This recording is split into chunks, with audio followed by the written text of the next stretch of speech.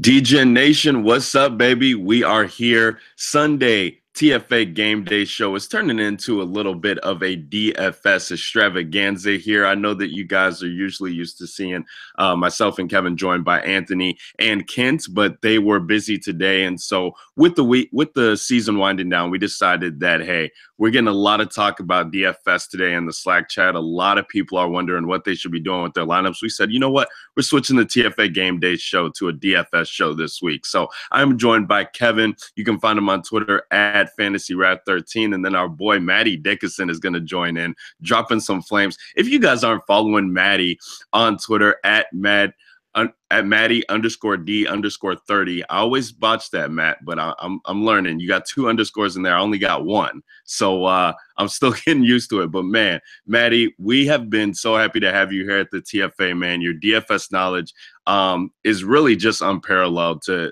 anybody in the industry. I mean, this guy is putting in work. He's doing the gauntlet every week, which has literally been carrying the DFS content sometimes with TFA. And he's always in the Slack chat just coming up with all these unique nuggets and plays and notes. And I'm like, damn, is Maddie going to have something else for us this week? And sure enough, yesterday, Saturday, he was like, you guys got to play Tyreek Hill. I'm looking at these numbers in the deep right field, and these guys are just getting torched. The Chargers are getting torched over there.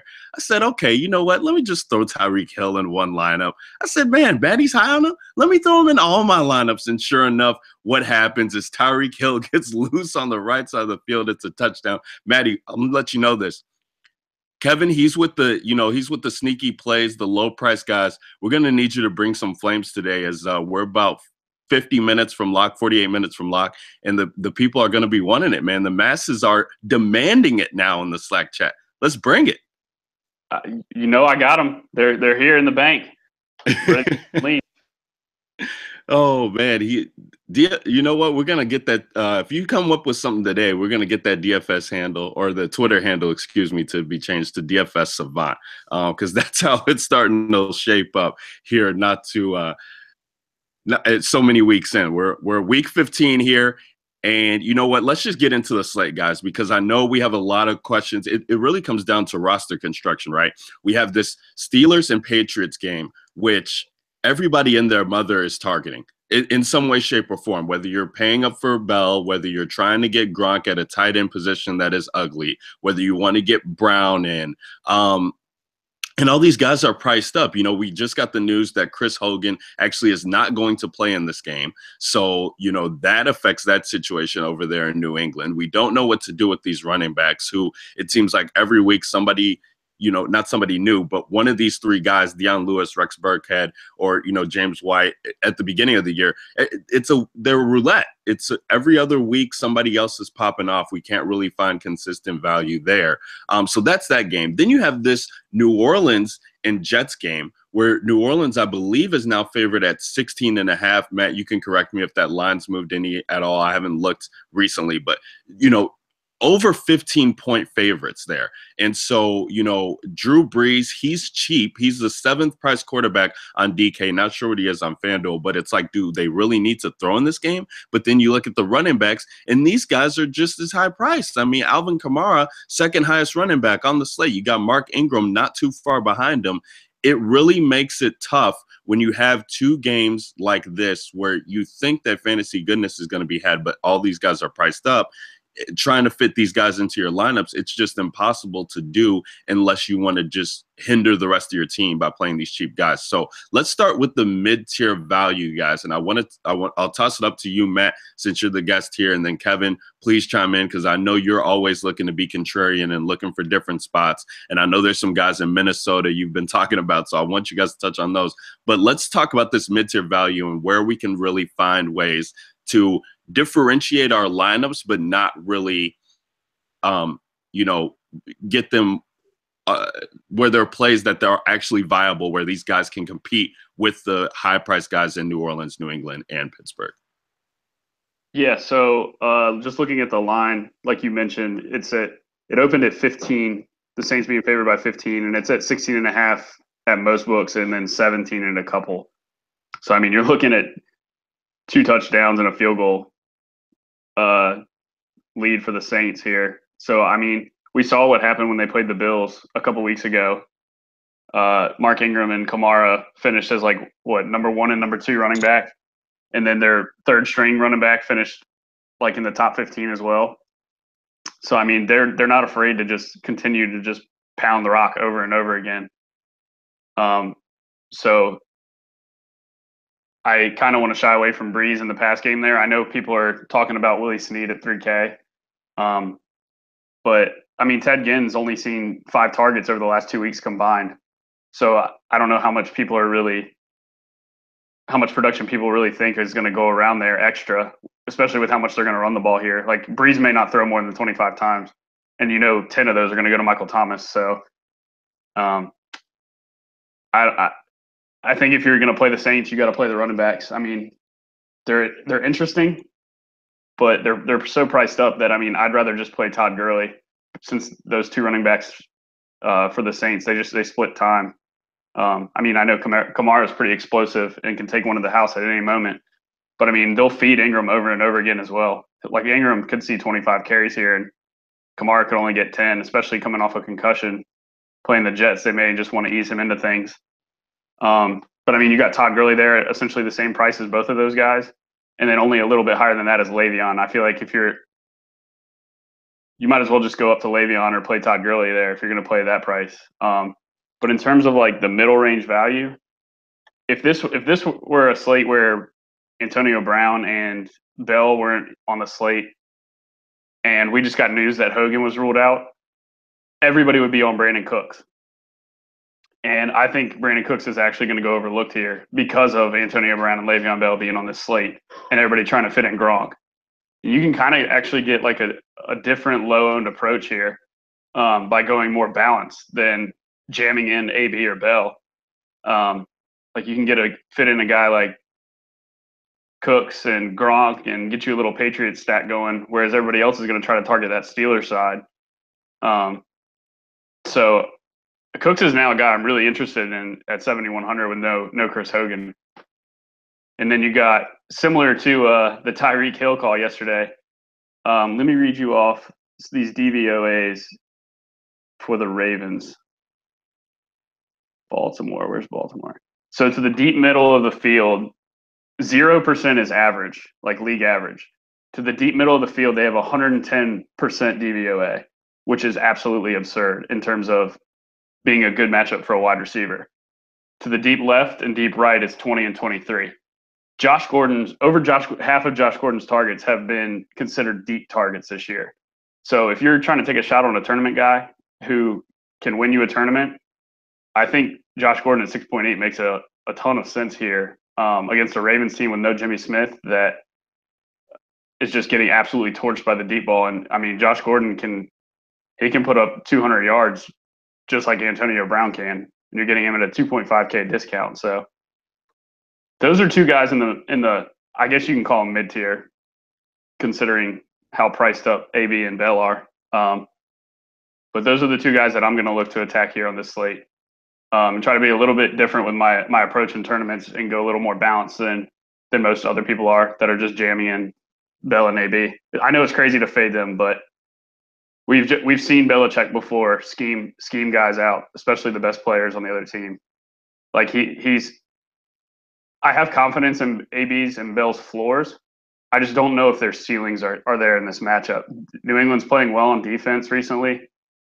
We've seen AB get limited in terms of his ceiling against New England the past 2 seasons. I mean, he's had 7 to 9 catches with between 110 and 130 yards and only caught 1 touchdown in 3 games. So, I mean, you're paying for his floor, which is nice, but I do have some concerns about their ceilings playing against New England here.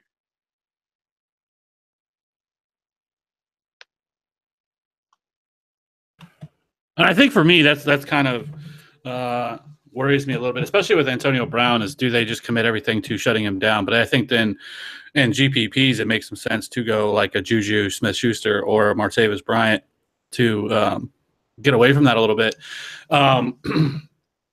some guys that I've kind of come on late as the week has went on, and especially this morning and everything else, and started like really digging into some more things for me is I'm going to have some exposure to AJ Green at 6,500. I know he gets a tough matchup. I know he's going to be seeing probably Xavier Rhodes the entire game, but we have seen this year Xavier Rhodes struggle a little bit. You know, the Marvin Jones game where he was able to beat him.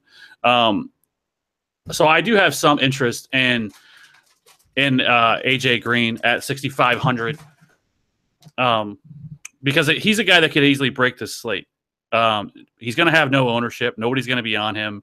And at that price, I mean, that is fantastic. I will take that all day. So I'm not going to go heavy on AJ Green, but I definitely want some exposure to him just because I think that his ceiling is as high as any, and you're getting him at such a discounted rate that I feel pretty good about that with him. And then I'm going to be playing some Latavius Murray as well in that same game. I think nobody's really talking about him. Everybody's sort of talking about the Kenyon Drakes, the Alex Collins, and plays like that, or Mike Davis, and they all make sense. They all make a ton of sense, and I'm going to have exposure to them.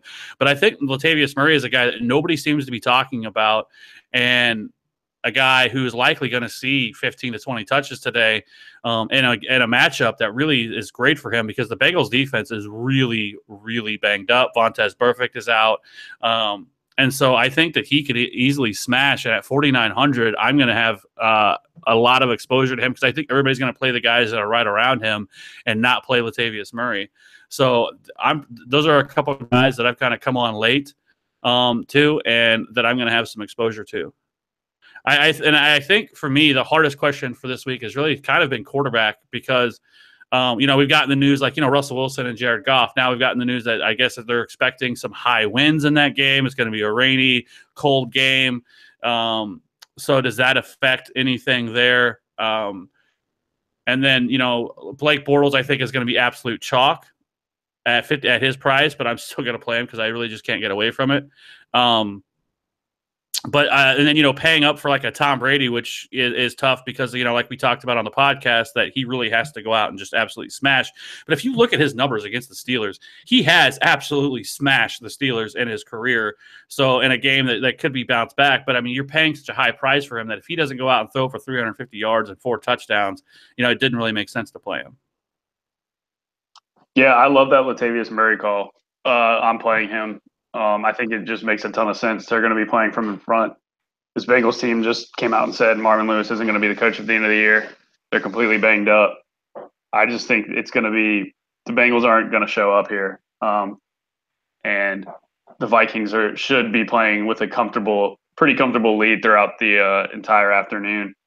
And with McKinnon being kind of banged up, they could just opt to just feed Murray over and over again, which we've seen them do.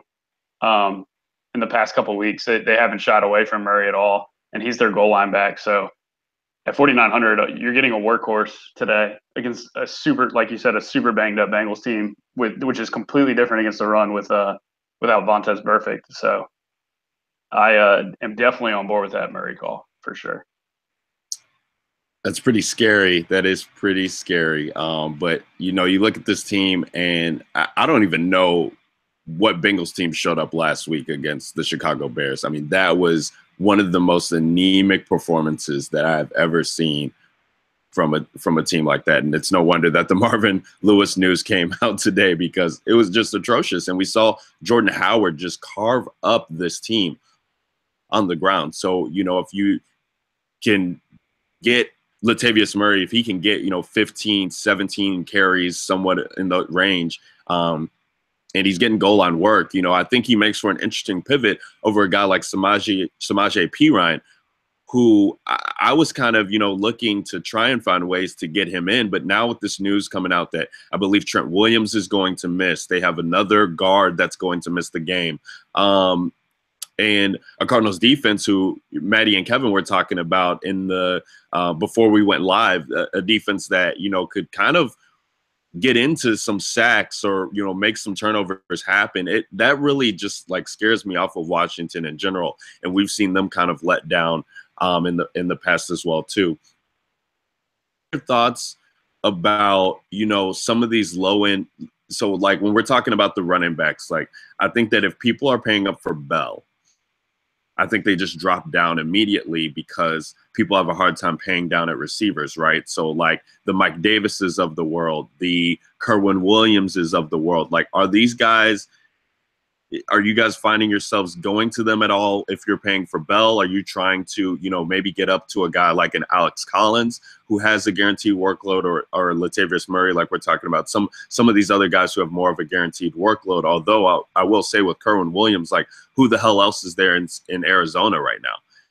He's really not a guy that I expect to see too much of passing work. So if you're playing on DK, that's kind of what you have to deal with. But when there's no other mouths to feed, he should be able to find his way into that 15 touches range. Yeah, so one of the biggest things I look for when wanting to play a running back is, are they on the road and are they favorites or underdogs? And so for Murray, we already mentioned how much the Vikings should be up in this one, and they're playing at home. So he makes a ton of sense for me in terms of game flow. Like I don't think that there's a likely situation where Murray gets excluded from this game script here today. Whereas you have a guy like Kerwin Williams who's playing on the road in Washington, where as banged up as the Redskins have been all season, we have seen some games where it doesn't matter to Kirk Cousins. He'll still go out there and throw 3 touchdowns when nobody's expecting him to. So, there is some kind of game script concerns there for Williams, and I'd just rather basically get up to Murray. And then, yeah, you mentioned Alex Collins. He's going to see positive game flow playing against Cleveland. Cleveland's another team that's been absolutely banged up against the run this year. And he's looked like he's been shot out of a cannon every time he runs the ball. So I'm gonna have exposure to Murray and Collins. I think I'm gonna stay away from Kenyon Drake at 5.8, just because I know his workload is extremely, extremely safe, but he's gonna be mega chalk. And if he doesn't get in the end zone, I can actually see a scenario where he only gets you 10 DK points, and you're now chasing the field because he's 5.8 and you don't have much from him. He is in a great spot, and I do see a scenario where he also could explode here. But Dolphins only had 2 rushing touchdowns on the entire season, so I guess you would kind of rely on him to be involved in the pass game if he's not going to get in the end zone. So I don't know. Them playing in Buffalo also scares me because Buffalo's defense shows up at home, just like we saw Kansas City's defense tend to show up at home, just like they did last night. I don't know. I feel like the value running backs, there's a couple guys that are pretty clear cut in terms of workload and game flow. And then you have a couple guys that are sure, like Kerwin Williams could be fine for a big tournament. And same with, I can't play Kenyon Drake in a large tournament with how chalky he's going to be, but if you're playing cash, I feel like you have to play or at least consider Kenyon Drake just because of his workload. But, yeah, so I'm pretty on board with you guys in terms of the value running backs there. Well, and we have another one, too, that sort of opened up last night with Leonard Fournette being ruled out in this game. And the Texans have actually recently started to struggle a little bit against the run. So now, obviously, we have Chris Ivory, I think, at 4,300, and what should be TJ Yeldon, who typically, is involved in the passing game. Are any of those two guys that you guys are now looking at with the news of Leonard Fournette being out in a game where that should experience both of those guys being a very positive game script flow? And at 4,300, that's a pretty nice savings from some of the other guys up top. And, Chris Ivory is a guy who could easily, 15, 18 touches, and be able to hit, 100 yards and a touchdown in this matchup. Yeah. On non-Bortles teams, I'm fine with that. If I'm playing Bortles, though, I don't really want to pair the QB with the running back. But I do. Yeah, absolutely. If you're not playing Bortles, then for sure you can go ahead and play some Chris Ivory.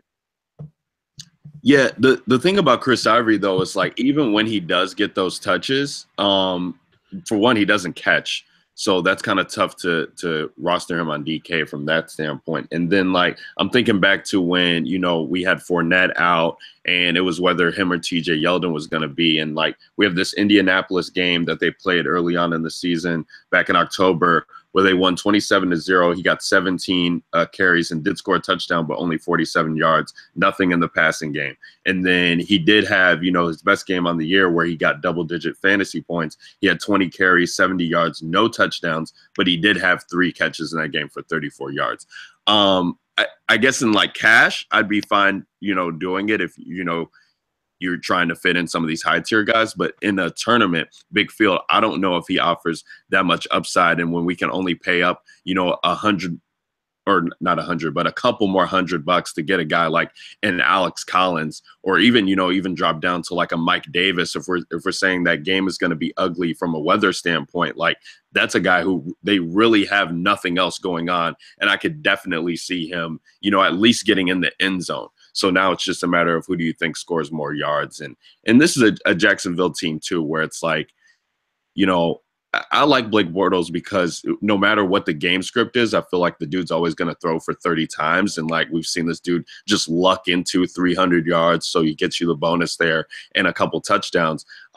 You just really don't know how this team is going to operate. And again, like, this is a Jacksonville team where, the defense is good now, but, like, it's still Blake Bortles. Is he going to go out there and turn the ball over and, like, give Texas a short field, and then they're, like, still competing in this game? It's just one of those things where I don't know if we can really pin Ivory to kind of get to a place where we would need him to get, where I think it's, like, over 15 DK points, you know what I'm saying, or over, even in that 20-point range, because there's just so many – of these low-end running backs, especially even if you're fading like an Ingram or a Kamara.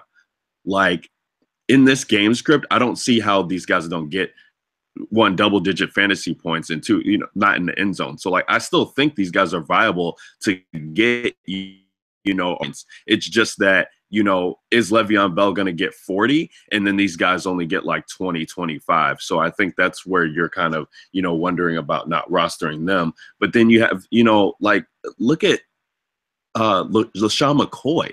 Like LaShawn McCoy in the $8,000 range, and like you said, Matt, Todd Gurley, like, I think these guys make for, awesome plays too. So you do want to pay up for one of these top tier running backs. You have to. And then, on the flip side of that, I just kind of want to get exposure to guys who I think definitely are going to be on the field and definitely see, around the 20 touch range. So like I'm saying, for cash, I think Ivory's fine, but I just don't know what type of upside he offers, even at that low price tag. The Jacksonville, situation is really interesting.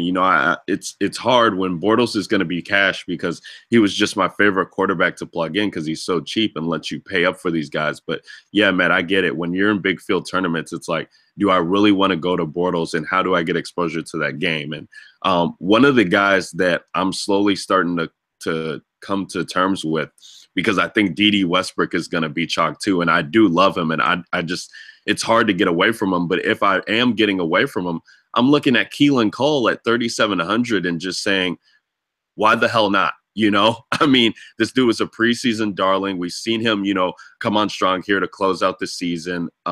He's not getting as many targets as Westbrook and Lee are getting, but he's still, going to be viable out there. And Marquise Lee is playing, but like we talked about on the DegeNation pod earlier this week, he's been banged up. So if you're not getting him at 100%, I just feel like Keelan Cole, he's like one of those guys in a big field tournament. Everybody's going to have Westbrook. And if Keelan Cole's the guy to go off, like, you're going to be sitting pretty there. Yeah, I think, wasn't he my preseason favorite? Yeah, man. The lock button in one game. I was like, dude, this guy's going to explode. And sure enough, he caught like an 88-yard touchdown catch that game. So yeah. I'll never tell you to not play Keelan Cole. I mean, dude has game-breaking potential on every single play. I mean, his looks are obviously limited, but I mean, it only takes one for him, and he's what's his price? Like 3.4? I think he's 3.7 on DK. He probably is like, minimum on FanDuel. I've seen him, I play some on Yahoo. He's minimum. Fantasy draft, the dude is minimum. Like, it's really just insane when you think about it, because I think he's going to be on the field. His snap shares have been, pretty consistent over the past couple of weeks. So in deep field tournaments. That I think that's another thing that we should talk about, guys. Is like how to get exposure to these games or situations that we want, and just pivoting off of players who we think are going to be high owned. Like I know, Matt, you brought up Willie Snead. Like people in the industry are on Willie Snead now because they don't want to pay the price tag for Michael Thomas. And with Ted Ginn out, they're saying, okay, at 3,000, let's get exposure to Willie Snead. I have a hard time doing it just because we've tried that so many times this year and it hasn't panned out. And you said it, like Ted Ginn really hasn't been a factor in the offense, but that's a guy to get exposure to. And like when we talked on Friday about, ways to get exposure to Pittsburgh, I was saying Martavis Bryant, even with Juju Smith-Schuster coming back, like the fact that he is, he saw double-digit targets last game. So even in the absence of Juju Smith-Schuster, they're still trying to get him involved. And we know the alien is always capable of taking one to the house. He plays better at home.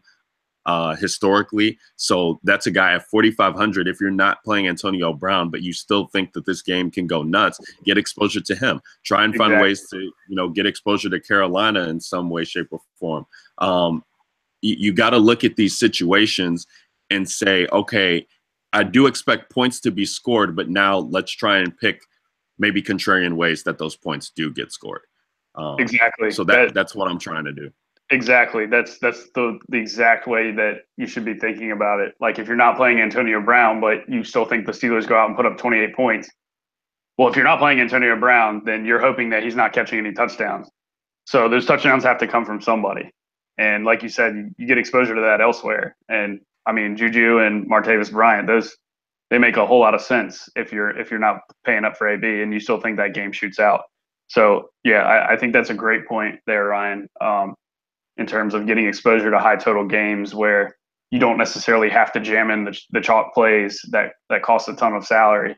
You can get the cheaper exposure to the cheaper guys and still have exposure to that super high total. Especially with a guy like you said, Martavis Bryant. I mean, dude's a freak. He can take one to the house anytime. So those are definitely the types of plays where you're being contrarian, but you're being a smart contrarian, not just being different just to be different. So I think that's a really good point there. Kev, I know you have been you talked on the podcast about Diggs, who, at 5,800 on DraftKings, really low priced around the rest of the industry, or, rest of these DFS sites as well, too. In tournaments, Case Keenum is a guy that I'm like, you know what? Like, how many times have we seen, people want to fade Minnesota from an offensive standpoint? And, Keenum goes out there and he throws for, 270 and a couple touchdowns, especially with Kyle Rudolph being, all of a sudden a surprise active for this game in a pretty decent spot, I feel like. Trying to get exposure to this Minnesota offense where, if I'm not comfortable playing Murray, going Keenum, Diggs, and maybe Rudolph or something of those lines, like I guess Adam Thielen, because we know what that dude's capable of. But I wanted to get your thoughts on this game because I think that makes for an interesting game stack there because you talked about Diggs earlier and then you brought up AJ Green today, who's also criminally underpriced. So is that even a game stack that you would consider, Kev? Are you just trying to get one-off exposures to this game or what's really your take there? No, I think Case Keenum's in a fine spot. 6,100, price down lower than some of these other guys. And I think, it's Case Keenum, right? Like you don't love it when you look at the guy's name. He doesn't stand out to you. But like we said, I mean, the Bengals defense is absolutely banged up. I mean, they're missing so many pieces. No Adam Jones, no Vontaze Burfict. I mean, so we just saw the Bears last week just smash this team, and the Bengals were at home. Minnesota, like we talked about on the pod, has been on the road, I think 5 of their last 6 games or 6 of their last 7 games. It's a pretty crazy run that they've been on. So now they get to come back home inside the Dome. So I do think Case Keenum makes some sense. Whether you want to pair him with an Adam Thielen, who, of course, has just been matchup proof. Guys just smashed every week. Or the more contrarian play of Stephon Diggs, who we know has 40-point upside. If depending on how things break for him. it'll be interesting to see how Kyle Rudolph has played, just because it didn't seem like at all. He did not practice at all this entire week. I'm not quite sure why they're wanting to rush him back if he's that, skeptical, because it just seems like a bad move for them. It's not really, he's not really a guy they absolutely need to win this game. So rushing him back out here, in this game, so maybe, he's not as heavily involved in the passing game. So I still think Stephon Diggs holds some water. And then if you're wanting to run it back, I do think running him back with a AJ Green does make a lot of sense, because I just don't think AJ Green may only be like 5% owned. I just don't think anybody's going to want to play him. I think everyone is going to fear Xavier Rhodes, which rightfully so. He's been pretty solid, all year, one of the best corners in the league. But that stack, which I don't think anybody's going to be on. If you go back and you look at last week, and the Millie Maker last week, the lineup that took it down had Brett Hundley in it, at like 0.58% owned. So Case Keenum is probably not going to be very highly owned, and somewhere where you can gain leverage on the field to where a lot of people aren't really looking at this game, extra close. Because I think a lot of people are going to want to play Nick Foles or Blake Bortles, probably some Aaron Rodgers, because Aaron Rodgers' first game back, Russell Wilson, Tom Brady, all those guys are going to carry more ownership than I think a Case Keenum would. Yeah, man, it's one of those things where I'm going to have to really look in depth here as we're getting away 19 minutes from lock. I just think that could be a really, really good contrarian pivot play there. I want to go back to running backs real quickly, because there's just so many, and I just want to make sure we kind of touch on all these situations. So when we're talking about some of these mid-tier ranges, and I do agree with Maddie, like, as much as I love this spot for Kenyon Drake, it's just so hard to, say that, okay, if this guy is 50-something% owned, or even like 45 in big field tournaments, it just really, really scares me. Even though on the pod I was saying if Damian Williams was out, I'm locking him in, because back-to-back 20-point games from this guy is just like, it's just incredible. But, you're looking around this range and we get guys, okay, so people are really on Cam Newton this week, I feel like, in the industry. Like, I've heard that being talked about a lot. This is he's going against the Green Bay team defense that, has given up a ton of points to opposing quarterbacks. And we have a guy that, like Christian McCaffrey, who I think might get buried here, because I just feel like roster construction is taking guys elsewhere when they want to, if you're taking Cam Newton, they want to go Devin Funchess, who's active for this game. He's 6,000 here going against the Green Bay team. And really, kind of has had some pedestrian games in the past 3 weeks coming off of the bye. But Green Bay is a team that has been giving up a ton of points to running backs too. And we know what his passing workload is. I mean, Christian McCaffrey is going to get targeted. He's only 6,000, so that makes him 200 more than Kenyon Drake. That's a guy who I'm trying to figure out if it makes sense to get him in some of my lineups. And then we have a guy like Carlos Hyde here, where the matchup isn't that favorable, but he is at home going against Tennessee. San Francisco, shockingly, at least to me when I was looking at lines, is favored in this game against Tennessee. Like, Tennessee is just not getting anything done, and we've seen Jimmy Garoppolo kind of, give life to the San Francisco offense. So at 5,500 for Carlos Hyde, that just seems way too cheap. And then even when we go back to the $5,000 range, another situation that I want to talk about is this Philadelphia situation with Nick Foles. We got, Jay Ajayi at 5,000. It's hard to, trust where the touches and where the work on the offense is going to go. But I think he has huge tournament upside. This is a guy they traded for. They obviously brought him on this team for a reason. And now with Carson Wentz out, why not try and get him going before the playoffs come around? And he's 5,000, and this, would be the perfect week to get on him, because next week he might be priced up at 6,500, 6,700, depending on how he does. So with these, guys kind of in a similar range, are those any guys that stick out to you at all on this slate?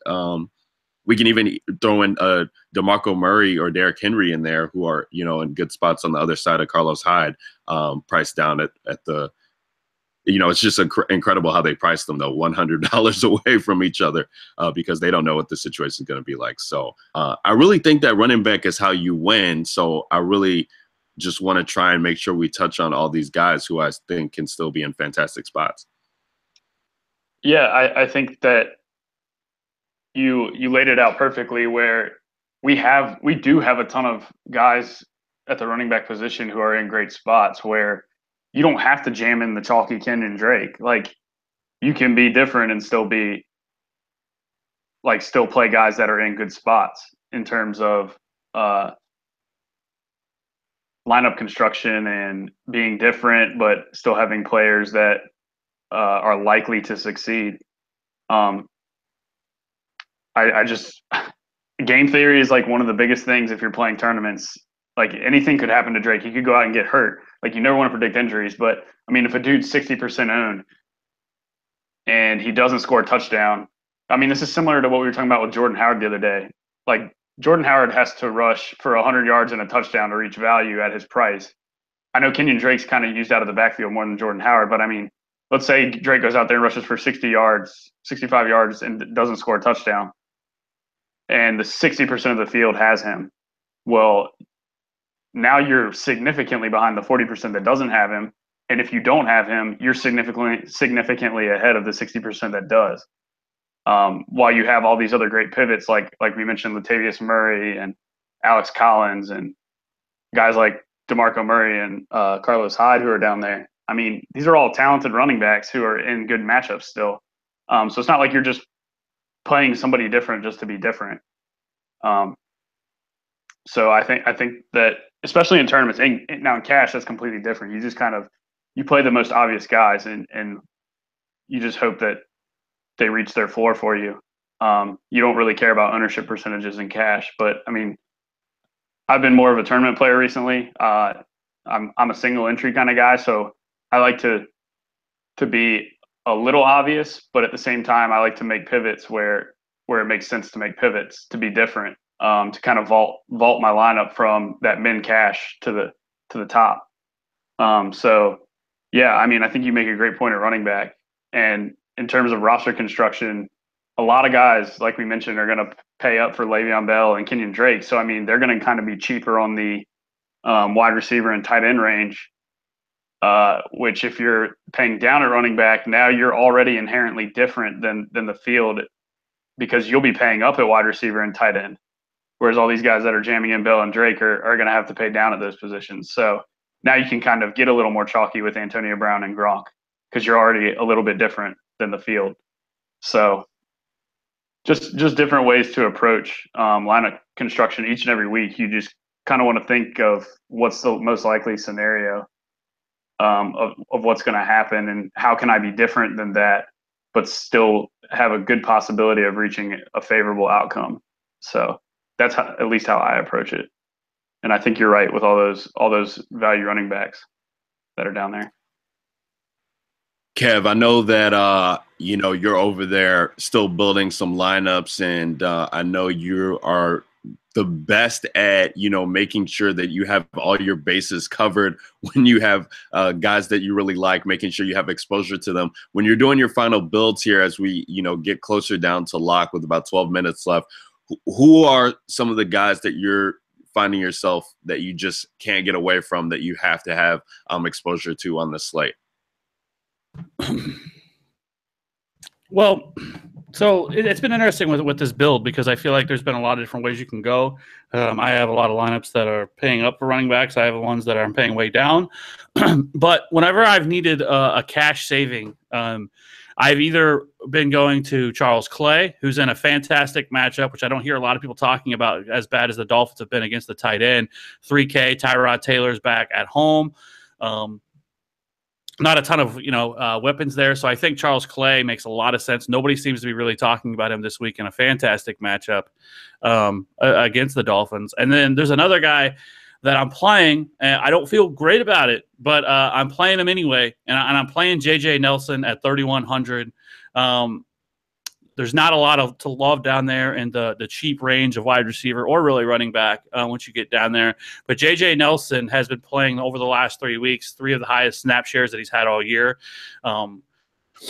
going against no John Brown as well again this week. So I think that opens up stuff for him as well. So he's somebody that can easily take the top off of defense and, take one to the house.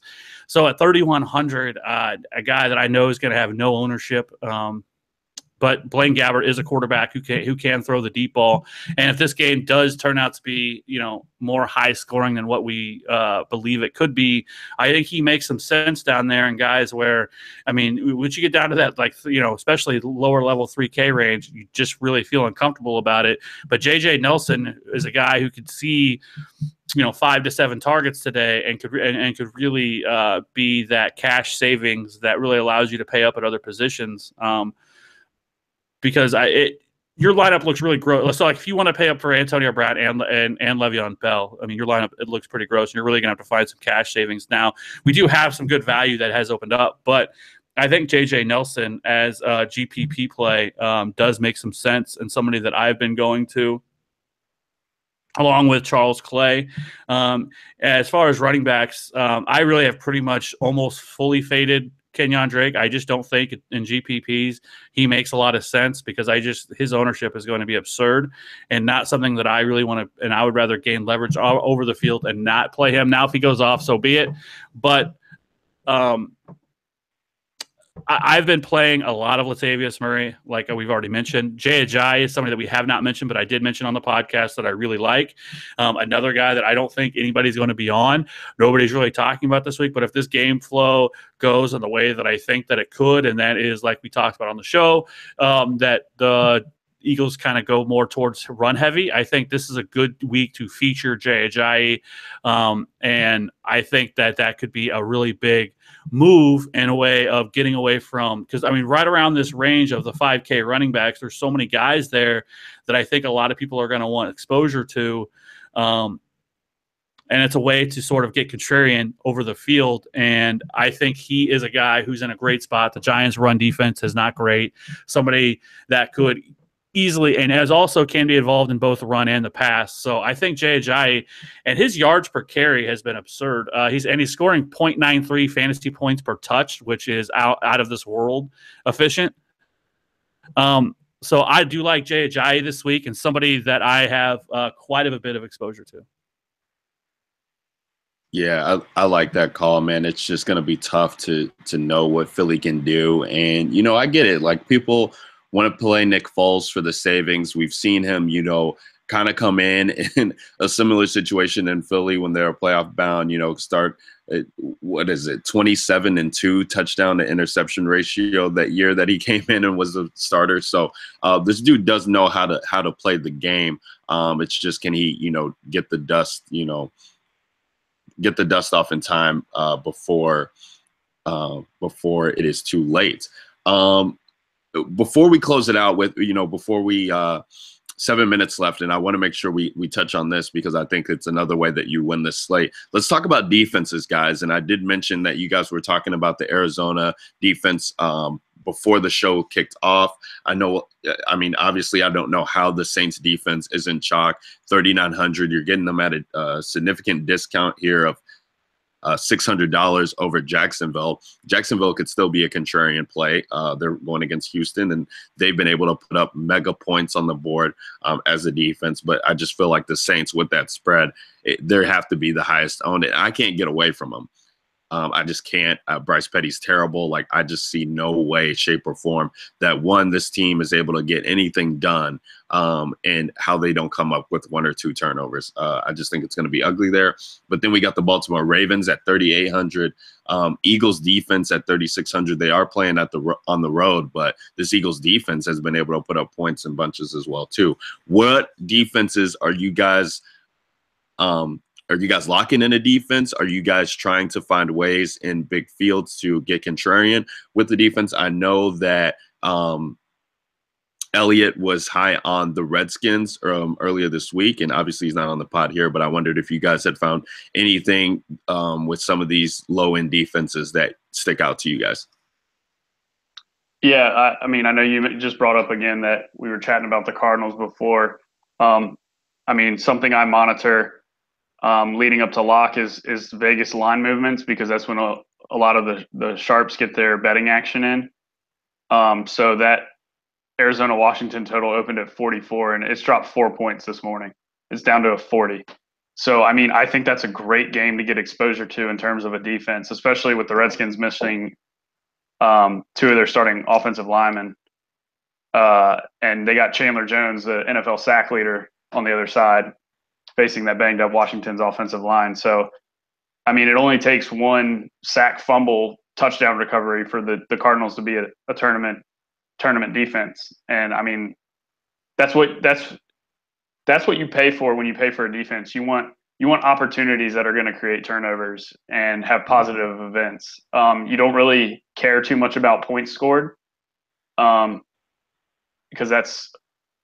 it's not where your defensive value comes from in terms of fantasy points. You want those interceptions, those sacks, those fumbles, those defensive touchdowns, and that comes mainly from putting pressure on the quarterback. So I think the Cardinals are now on my radar for that due to the offensive line being banged up in Washington. But I mean, like you said, if I'm paying up, I can't get away from the Saints and even the Jaguars with TJ Yates starting for the Texans. If you can afford the Jaguars, I think it's a no-brainer.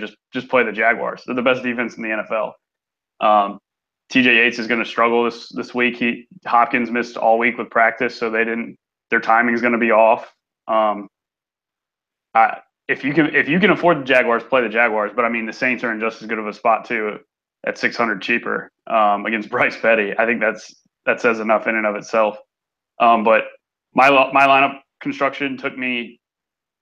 I only had, I think, 3,100 left over for defense, so I just plugged in the Cardinals, and we're going to roll with it and see what happens.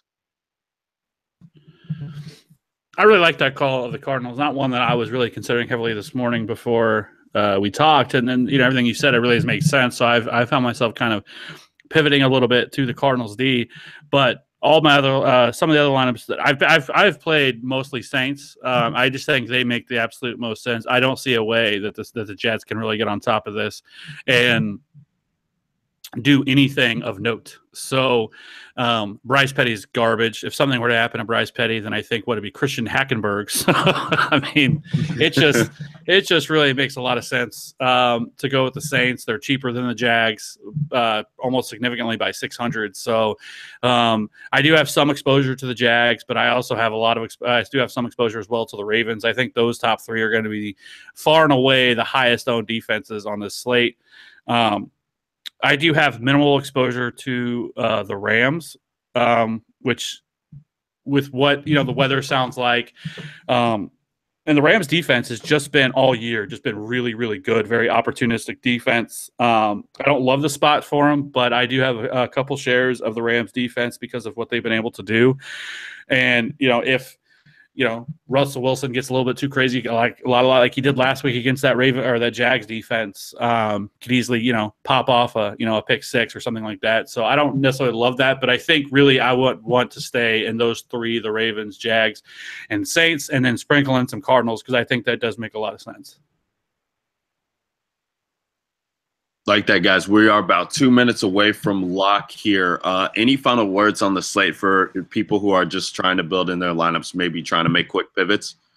Why don't we do this? Let's do this. Let's get a little interesting. Why don't we do?